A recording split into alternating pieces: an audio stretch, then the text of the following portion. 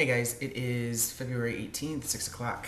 I just wanted to do an update to the last video that I did titled Status, and then just kind of some general thoughts and conversations that I've been having in classes and at some different places. So in my video Status, I talked about feeling conflicted in my classes about coming out or having, providing a trans voice or a trans perspective in my classes. They're multicultural gender studies and sociology classes. And someone left a comment about, people should be something or another, and I don't even really remember what it was, but I wanted to clarify that because I had to change my major, these are lower division courses, so I'm not in classes, I'm in classes with freshmen and sophomore and some juniors and seniors, but for the most part they're 19, 20-year-old people, and their perspective just in general is different than maybe my perspective or some of you that watch my videos perspective, pertaining to a lot of things, but definitely pertaining to gender stuff, trans stuff, and so forth. So for whatever that's worth. So my professor is a friend on Facebook, and I have my YouTube link on my Facebook page, and so she watched some of my videos and asked me if I'd be willing to have some of my YouTube videos shown in class, and I was hesitant and felt really uncomfortable with it, so I went in and talked with her about it, and we decided that it would be a better idea for me to just basically present to the class my story and give people an opportunity to ask questions and give my perspective on different stuff. So that's what I did. It turned out really, really well. I was kind of nervous about it, but time and time again I'm reminded and I learned the lesson that if I'm willing to take a risk, if I'm willing to give something up, generally what I get back in return is far greater than what I had to begin with, and that has been true universally around my transition. If I'm willing to show up for myself and tell my truth and take the risk of people's rejection, overwhelmingly I've been accepted. So in the class, I did that for class period. People asked questions. The questions were great. Very relevant and thought-provoking sorts of questions. So that's how that went, and it's, there was a couple of people in class that were definitely giving me the look of like, are you fucking kidding me?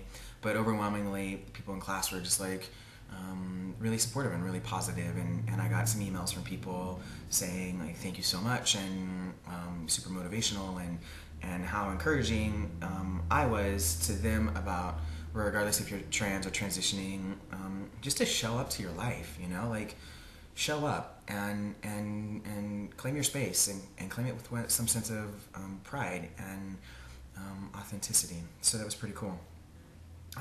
So some other stuff, I got some new tattoos, so I'm going to attempt to show you the tattoos.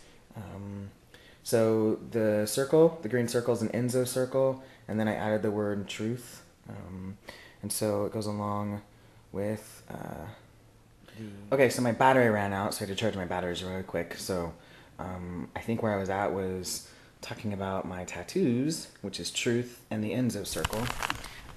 And for a lot of people, they've never heard or seen what an Enzo circle is, and so it represents emptiness, absolute fullness, simplicity, completeness, endlessness, perfection of harmony. It's a representation of our true self. It's drawn by the human hand with a brush, and therefore it's perfect just as it is. It's the true moment of emptiness within fullness. It's the reflection of your inner state of harmony. One of the cool things and unique things about an Enzo circle is that it's never closed. There's always a slight opening somewhere, indicating that it is not something contained in itself, but rather it opens out to space, to infinity. It is a circle that embodies complete harmony. So for me, this was my balance, the equality, and I've related that to my transition. And then the Enzo circle is the counterbalance to that. And for me, my tattoos tied together in the sense that to have balance and harmony and everything that the Enzo circle represents, I have to tell the truth. And in order to tell the truth, I have to be willing to give things up. And in the willingness to give things up and tell the truth and have balance and harmony and completeness just as I am, I get to create evolution within myself and the people that are around me. And when I do all of those things, I live with intention, which is the tattoo that's on my chest. So a little bit of a Aydin Tattoo 101 there. So I don't think I have a lot of time to talk about this next topic, and it could be a whole video just in itself, but I'm taking issue with the phrase or the term that I often hear, trans issues. You know, when people talk about trans people, transgender sorts of situations, too often it's trans issues, and for me that creates a construct that it puts the blame of the situation back on trans people. In actuality, typically the issue isn't ours as trans people. It's typically cisgender, non-trans people that are having the issue, but you don't hear it termed that way. You know, like if there's transgender discrimination somewhere, or a trans person gets harmed or fired, or some sort of losing my words, becomes a victim of some sort in some sort of a context, it's trans issues. So I'm taking issue with the word issue in relation to trans people. I don't know, something to think about, and there might be more around that in a different video at some point, but I just wanted to kind of throw that out there for people to chew on and think about. Our language, when we as trans people are talking, are we framing it that way? Are we framing, you know, oh, this needs to happen because there's trans issues? Whose issue is it? And is it even really an issue? And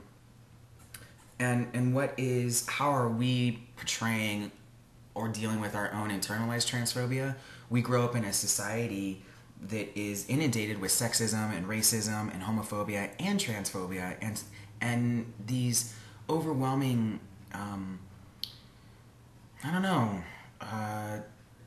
gender scripts. Like, we are all gendered as kids prior to our own sense of awareness of being transgender, transsexual, gender variant, genderqueer, or what have you, and the impact of how we are socialized penetrates deep within us, and just because we arrive at a place of saying, the sex that I was assigned at birth doesn't match who I am, doesn't mean that we haven't been deeply, deeply impacted by societal's transphobia at large. So I would say that when we use language such as trans issues, that is one way that our own transphobia is coming out. So, yeah, bit of a rant there, sorry. Actually, I'm not sorry. What else? I saw a speaker today, and he does trans inclusive education and does just a bunch of different stuff. And one of the things that he talked about is, he said, when we're transitioning, and I think that this is true not just when you're transitioning, but universally, to talk about where you are rather than where you're going. And I remember early in my transition, and it's almost been a year since I've been on testosterone, I talked a lot about, where I was going to end up, what I was going to do, what I wasn't going to do, and I spoke to that stuff partially as a response to people around me being fearful, and but really paying attention to talking about where you are. This is what I know right now. This is not what I know today. I might know something different tomorrow, or I might even change my mind tomorrow about what I thought that I knew today.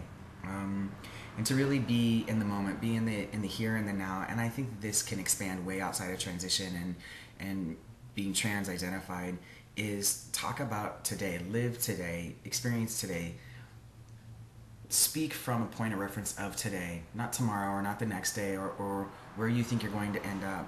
I don't know, I think there's something profound in that and something worthwhile of paying attention to. So I was on a whole train of thought and then my batteries ran out and I got super distracted. So I think that I want to do a very quick family update, because I don't feel like I've done that in a while. My family and my relationship with my family is doing much, much better. My parents are making a very solid effort to refer to me as Aydin and use male pronouns as much as possible.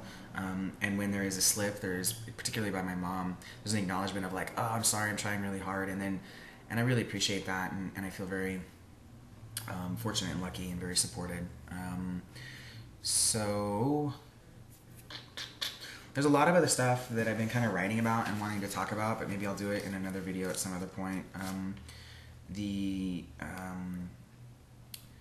it goes along with the status and the patriarchy and being, you know, part of a group. This is an interesting sort of a concept that I had today, that as a white male, I am now part of a group of people, and I have privileges over a group of people that I used to be in. You know, when I was externally female in my presentation, I was fighting the patriarchy and the oppression, and particularly as a lesbian identified female-bodied person.